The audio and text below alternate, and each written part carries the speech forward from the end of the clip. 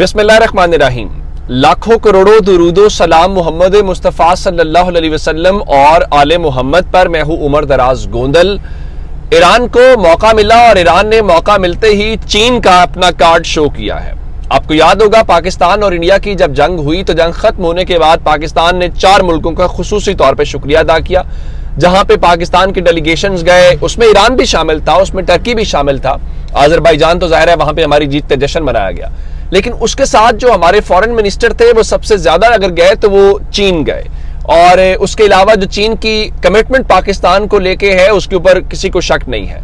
लेकिन आप हैरान इस बात के ऊपर होंगे कि चीन ने और ईरान ने 2 काम किए हैं। जंग के दौरान अगर उनके वजीर खारजा किसी जगह के ऊपर गए हैं तो वो रूस है, और उनके वजीर दिफा जो ज़ाहिर रेलिवेंट पर्सनैलिटी है डिफेंस को लेके, जैसे ही सीज फायर हुआ है तो सीज फायर के तकरीबन 24 घंटों के अंदर अंदर जो है उनके अजीज नसीरजादा जो डिफेंस मिनिस्टर हैं वो बीजिंग पहुंच गए हैं।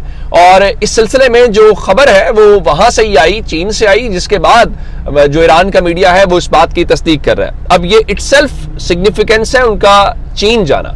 अब आप कहेंगे कि वो चीन क्यों गए हैं, इसका मतलब बड़ा वाज़ेह है। इसका मतलब यह है कि चीन जंग के दौरान क्या सपोर्ट करता रहा ईरान को, या किस किस्म की सपोर्ट उन्हें रही, नंबर 1। नंबर 2, अगर सपोर्ट किसी हद तक थी तो फ्यूचर को लेके उन्हें इन चीजों का अंदाजा हुआ होगा, तो वो उस पूरे खासकर एशिया के अंदर रीअलाइनमेंट की तरफ जा रहे होंगे। और इस रीअलाइनमेंट को लेकर ये एक बहुत ही इंपॉर्टेंट बात है इस चीज को लेके कि वो वहां पे गए हैं। और अब सिर्फ चीन का मीडिया नहीं है बल्कि जो तेहरान का और ईरान का मीडिया है वो भी इस बारे में मुकम्मल तौर पे कह रहा है जी वहां पे गए हैं और चीन के आला हुकाम के साथ उनकी मुलाकातें होंगी, पहली बात। दूसरी बात, मैंने आपको पहले भी बताया था कि ईरान का इस वक्त जो सबसे इंपॉर्टेंट काम है वो जो मोसाद का नेटवर्क बिछाया गया है इस खिते के अंदर और खासकर ईरान के अंदर, उसको तोड़ना बहुत जरूरी है। और इस बार ज्यादा नुकसान उनका अगर हुआ भी हो तो सबसे ज्यादा घर के अंदर मौजूद गद्दारों की मदद से हुआ, जिसमें उन्होंने 3 लोगों को फांसी दी, सैकड़ों लोगों को गिरफ्तार किया, और उसके साथ उनकी इंटेलिजेंस कॉन्टिन्यूसली उन लोगों को हंट कर रही है जो इसमें इन्वॉल्व है। लेकिन आप मोसाद के चीफ का जरा दावा अंदाजा लगाइएगा, और वो मान रहे हैं कि भाई हमने ये जो काम किया है और हमने इसको मेक श्योर किया, और हमने कई मंथ्स के ऊपर, ओवर दी मंथ्स हमने इसके ऊपर इसकी तैयारी की हुई थी। और वो क्या कह रहा है, वो कह रहा है जी Mossad's achievements in Iran have been unimaginable, उनका जिसका आप अंदाजा भी नहीं लगा सकते, हमें वो कामयाबियां मिली हैं। We worked for months and years to ensure the right actions happened at the right time. यानी वो कह रहा है कि हमने हफ्तों, महीनों, सालों इसके ऊपर काम किया कि हमारा एक नेटवर्क हो, हमारी चीजें हों, और जब हमें रिक्वायर्ड टाइम हो, हमें इशारा मिले तो हमारे लोग काम करें। और वो हुआ कि एक जानिब उन्होंने उनके जहाजों ने हमला किया, और जैसे ही ईरान का एयर डिफेंस सिस्टम या मिसाइल लॉन्चर्स एक्टिव हुए तो यहां पे जो मोसाद का नेटवर्क था उन्होंने उनको हिट किया, उनको टारगेट किया, उनको नुकसान पहुंचाया। और इसके साथ फौरी तौर पे अगर ईरान उस वक्त रिटेलिएट करना चाहता था तो वो रिटेलिएट करने की पोजीशन के अंदर नहीं था। ये सबसे बड़ा, और इससे अगला जो खतरनाक और बहुत बड़ा दावा है वो कह रहे हैं कि we will continue our presence in Iran just as we have until now. उनके मुताबिक हम ईरान के अंदर अपनी मौजूदगी को उसी तरह से बरकरार रखेंगे जिस तरीके से अभी मौजूद है। मेरे ख्याल से इसमें ईरान को जो पहले हुआ सो हुआ, उन्हें बैठकर ये देखना है कौन हमारे दोस्त हैं, कौन हमारे दुश्मन हैं, कौन हमारे साथ खड़े रहे, कौन हमारे खिलाफ थे, और उसमें पाकिस्तान की अगर मदद देना चाहें तो उसमें कोई कबाहत नहीं है। क्योंकि आप जानते हैं कि ईरान की सरजमीन से ही अभिनंदन जैसे लोग जो हैं पाकिस्तान के अंदर आए, और इंडिया और इसराइल ये स्ट्रेटेजिक पार्टनर्स हैं। और इसीलिए इस मुश्किल घड़ी के अंदर पाकिस्तान के हवाले से आप कह सकते हैं ये क्यों नहीं किया, वो नहीं किया, लेकिन पाकिस्तान ने सिर्फ जो 3 बार पाकिस्तान की मदद के साथ अक़वाम मुत्तहिदा की सलामती काउंसिल का इजलास हुआ, यूएन सिक्योरिटी काउंसिल का, जिसमें चीन भी बैक कर रहा था, जिसमें पाकिस्तान बैक कर रहा था, जिसमें रशिया बैक कर रहा था।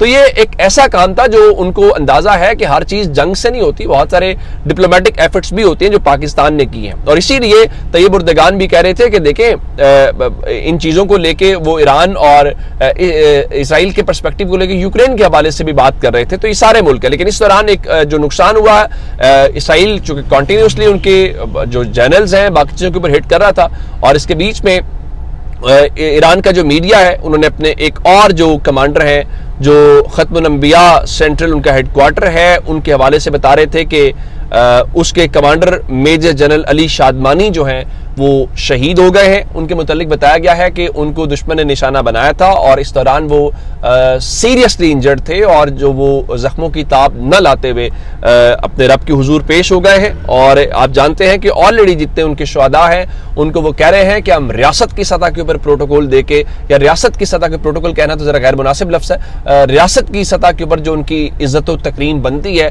اس کے ساتھ انہیں اگلے سفر کے اوپر جو ہے وہ روانہ کیا جائے گا. تو یہ ایک ایران کے لیے والی خبر ہے. اچھا, اس کے بیچ میں ایک اور جو بات ہے, میں ابھی لاس والی بات بتاؤں گا جو انٹرنیشنل میڈیا بتا رہا ہے کہ آپ جانتے ہیں کہ ایران کے تو چلیں چھوڑ دیں, الحمدللہ پاکستان بھی اس میں شامل ہے جو اسرائیل کو تسلیم نہیں کرتے, لیکن آپ دیکھتے ہیں بہت سارے عرب ملک جو ہیں انہوں نے ابراہم اکارڈ کی مد کے اندر انہوں نے وہاں پہ ان ملکوں کے ساتھ تعلقات بنائے ہوئے ہیں. ایون اب تو اسرائیلی کہتے ہیں کہ چونکہ جو سعودی عرب کی ہے وہ کہتے ہیں کہ فلسطین کی ریاست بننی چاہیے اور اس کے ساتھ ہم اسرائیل کو تسلیم کرنے کے حوالے سے سوچ سکتے ہیں, نارملائزیشن کی طرف جا سکتے ہیں.